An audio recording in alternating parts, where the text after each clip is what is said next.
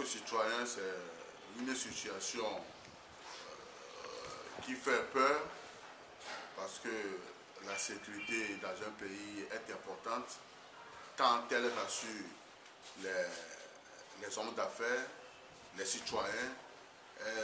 Donc si aujourd'hui il y a ces braquages qui se répètent, il y a péril en la demeure. Quand vous prenez ce qui s'est passé avec Pozo, ensuite en Fontana et tout dernièrement l'aéroport, parce qu'il y en a eu d'autres, hein, mais quand vous voyez ces trois braquages, ils se sont produits dans la journée, donc, au vu aussi de tout le monde, et à des endroits très fréquentés. Quand vous prenez ce qui s'est passé avec Pozo, les feux tricolores avec Pozo, c'est un endroit très fréquenté.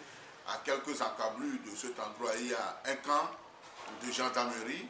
Quand vous allez au niveau de Fontana, c'est le grand marché avec tous les mouvements qu'il y a eu. L'aéroport, c'est la zone la plus sécurisée et du pays. C'est passé le braquage de ce qui s'est passé le dimanche dernier posait un problème. Cela signifie qu'il y a beaucoup de défaillances dans le dispositif sécuritaire de notre pays. Parce que quand vous prenez un peu ce qui s'est passé à l'aéroport, c'est la zone la plus sécurisée. Il y a d'abord une structure composée de gendarmes qui gère la sécurité de l'aéroport. Cette structure est gérée par le directeur général de la gendarmerie. Donc il cumule les deux postes. Et en dehors de cette structure, il y a la police. Il y a même deux camps au niveau de l'aéroport. Mais ces personnes-là sont venues, elles ont maîtrisé tout le monde, elles ont tenu en respect tout le monde, et puis elles ont opéré facilement, et puis elles se sont évaporées dans la nature. Donc de l'aéroport jusqu'au niveau de Kedranlawe, le marché de Kedranlawe, ça fait au moins 1 kilomètre ou bien 1 à 2 kilomètres. Donc sur ce long trajet, personne n'est arrivé à mettre la main sur un des braqueurs qui se sont fondus dans la nature. Donc maintenant, le ministre, au lieu de prendre ses responsabilités, il verse dans ses habituelles incantations. Il faut que j'invite les populations à nous aider à trouver les braqueurs. Comment les populations peuvent aider le ministre quand les populations n'ont aucun indice sur ceux qui ont fait le braquage? Parce que quand vous voyez un peu l'aéroport, il y a quand même des vidéos de surveillance. Quand vous prenez le parking, il y a des vidéos de surveillance. Ces vidéos de surveillance fonctionnent, oui. Si elles fonctionnent, qu'est-ce que ces vidéos-là ont vu le jour de ce braquage? Il y a même la tour de contrôle, hein, donc ce qui veut dire qu'on peut avoir des indices, hein, et c'est avec les indices que les populations peuvent se faire une opinion sur ceux qui sont derrière ces braquages et peut-être donner des informations si elles en ont. Donc aujourd'hui, je crois que c'est un problème et on a l'impression que c'est seulement la sécurité du chef de l'État qui importe et que la sécurité des autres citoyens n'est pas nécessaire, parce que quand le chef de l'État allait rentrer mardi dernier, c'est toute la capitale qui était cernée. Il y a des militaires un peu partout. Donc après son départ, puis c'est fini. Donc il y a un problème. Et l'argent qui est emporté, près de 3 milliards, c'est beaucoup. Et il ne faut pas oublier que tout dernièrement, il y avait eu des incendies des marchés, les femmes continuent de souffrir. Et avec encore la disparition de ces 3 milliards, il y a un problème. Donc moi personnellement,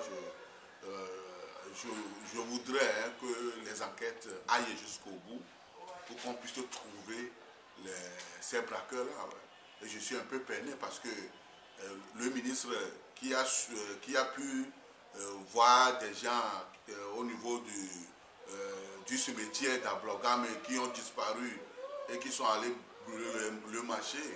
Je voudrais faire allusion à la fête des incendies. En quelques jours, le ministre nous a dit que non, que ceux qui sont allés brûler, mettre le feu au marché de Lomé, ils sont allés à Blogam et ils ont disparu, ils sont partis commettre leur forfait. Donc ce qui veut dire que le ministre a des puissances surnaturelles. Donc il faudrait qu'il utilise ce pouvoir surnaturel pour permettre à ses services de mettre la main sur ces gens-là qui sèment la désolation dans le pays. Et nous ne voudrions pas que les jours à venir, on nous présente deux individus, et puis après, ils vont dire que non, c'est nous qui avons braqué, et quelques jours plus tard, on les fait sortir de l'autre côté de la prison, et puis on n'en parle plus. Et c'est parce que c'est ça aussi la mode au Togo. Les vrais fautifs sont là, mais on a tendance à jouer du théâtre. On fait venir des gens, comme on l'a fait justement dans la fête des incendies, des gens qui tambourinent sur leur poitrine en disant que c'est nous qui avons commis ce forfait, et puis après on les libère, personne n'en entend plus parler. Donc il faudrait que le ministre aille jusqu'au bout, mais dans un pays normal même le ministre devrait rendre le tablier, parce que c'est une défaillance notoire, parce que ça a commencé avec la mort du consul du Liban au Bénin, ça a commencé avec ce qui s'est passé à Fontana. Et la leçon aussi qu'il faut tirer de ces braquages, c'est que les militaires togolais, on a l'impression qu'ils sont en train de perdre les valeurs, ils sont en train de perdre les valeurs républicaines. Ils sont en train de perdre les valeurs républicaines, parce que tous ces militaires, du petit soldat aux officiers, ils sont tous dans des affaires.